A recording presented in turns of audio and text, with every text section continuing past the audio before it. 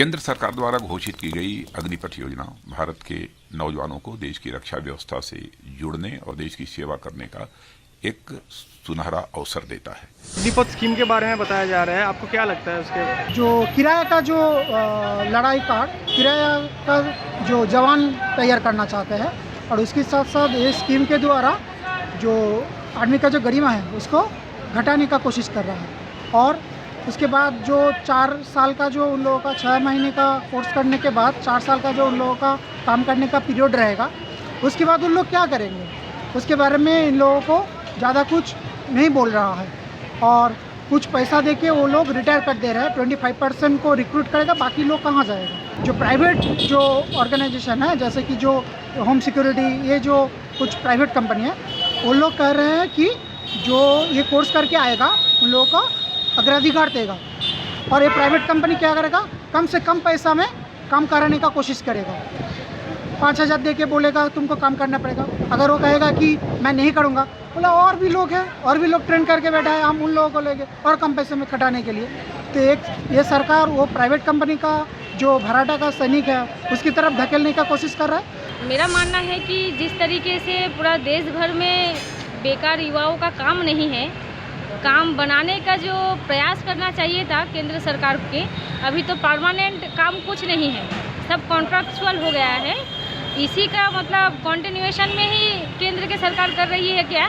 जो फौज में जो परमानेंट जो पोस्ट था उसको भी मतलब कॉन्ट्रैक्चुअल कर रही है केंद्र की सरकार।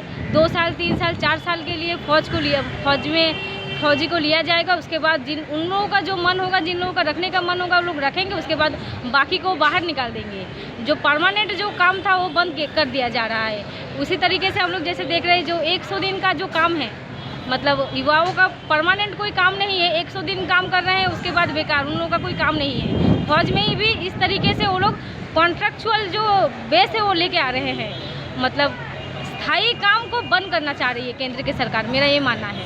ये जो प्रोसेस वो ला रहा है, जो फौज में भर्ती होता है कठिन वो ट्रेनिंग के ज़रिए एक एग्ज़ाम देके, उसके मुकाबले ये क्या सही होगा कि वो देश का संरक्षण ठीक से कर पाएगा कि नहीं? ये एक तो पहला बड़ा मुद्दा है। दूसरा बात ये है कि सरकारी हर एक तो क्षेत्रों में वो क्या कर रहा है, अभी जो पोस्ट है उसको एब्लिश हटा दे रहा है। इसके ज़रिए क्या हो रहा है, माने फौज में भी एक तो जगह था जिसमें इंसान भर्ती होता था उसका ज़िंदगी का सिक्योरिटी के लिए, उसका माने अगर फौज में वो भर्ती हो गया तो उसका सिक्योरिटी गवर्नमेंट लेगा क्योंकि वो फौज में है।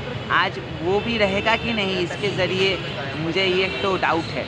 4 बছर के बाद जो 25% स्टूडेंट को परमानेंटली जॉब मिलेगा और 75% को नहीं मिलेगा, तो इससे तो बहुत सीधी सीधी प्रूफ होता है कि एम्प्लॉयमेंट की जगह जो बढ़ने वाला था तो बहुत ज़्यादा ही कम गया। एम्प्लॉयमेंट सरकार नहीं दे पा रहा है, इसलिए ये स्कीम मुझे लगता है निकाला गया है। क्योंकि जो 75% बच्चा है वो जब 21 ईयर्स में वहाँ पर एडमिट होगा तो 4 साल बाद निकलेगा तो 26 या से 25 ईयर्स हो जाएगा। तो उसके बाद अगर वो प्राइवेट जॉब नहीं मिला तो उसके बाद कोई फ्यूचर ही नहीं है उसके पास। पेमेंट नहीं हुआ ये तो कोई मतलब जो स्टूडेंट है उसका तो कोई फॉल्ट नहीं है, तो गवर्नमेंट का ही फॉल्ट है। এককালীন তো 11 লাখ কি 12 লাখ টাকা দেওয়ার কথাও বলা হচ্ছে যে এককালীন 11 লাখ টাকা দিলেও সেটা কি তার বাকি জীবনের জন্য, সেই মানুষটা যদি 70 বছর পর্যন্তও বেঁচে থাকে, সেটা কি সেই 11 লাখ টাকা কি তার জীবনের জন্য যথেষ্ট? 11 से 12 लाख कितना दिन चलेगा?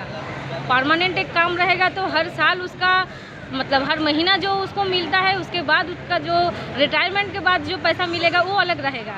उसके लिए तो उसको मतलब चिंता भी नहीं करना पड़ेगा। 60 साल 70 साल के बाद उसका एक पेंशन मिलेगा। लेकिन 5 साल के बाद मुझे काम से निकाल दिया जाएगा, उसके बाद 12 लाख में मैं मेरा घर कैसे संभालूंगी, किस तरीके से खुद को चलाऊंगी? 10-12 लाख कितना साल तक चलेगा? कोई बीमार होगा, कोई बहुत बड़ी बीमारी होगी तो जब उसको प्राइवेट सरकारी अस्पताल में वो आएगी ट्रीटमेंट के लिए, वो आएगा ट्रीटमेंट के लिए तो उस वहाँ पे भी ट्रीटमेंट नहीं मिलेगा, उसको जाना पड़ेगा बेसरकारी कोई प्राइवेट कोई अस्पताल में। तो उससे वो पैसे से वो किस तरीके से चलाएगा? इससे तो वो खुद को भी नहीं चला पाएगा। उसको जो स्वास्थ्य जिस तरीके से उसको नज़र रखना चाहिए या जो परिसेवा मिलना चाहिए वो भी नहीं मिलेगा उसको। तो फौज में जब रिक्रूट होता है उसका सारा ज़िंदगी का इंश्योरमेंट वो सरकार लेती है। उसके जगह पे एक तो फिक्स कुछ पैसा दे के उसका मुकाबला हो नहीं सकता। एक तो सरकारी नौकरी जिसके ज़रिए उसका सारा ज़िंदगी परमानेंटली ठीक ठाक गुजरेगा, ये इंश्योरेंस है, वो यहाँ पे मिल नहीं सकता। इसके ज़रिए जो कर रहा है, सरकारी नौकरी का पोस्ट तो घटा ही रहा है, साथ साथ निजीकरण लाने का भी कोशिश यहाँ पे चल रही है। 12 से 12 लाख दिखा, उससे कितना दिन गुजरा होगा, और उसके अंदर अगर उन लोगों का कोई डेथ हो जाएगा तो फैमिली का खर्चा कैसे कौन उठाएगा, इसके बारे में स्कीम से ज़्यादा कुछ बताया नहीं है।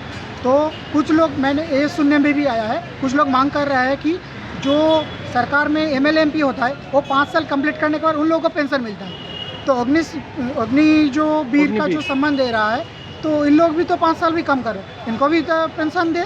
सरकार इसके बारे में चुप है।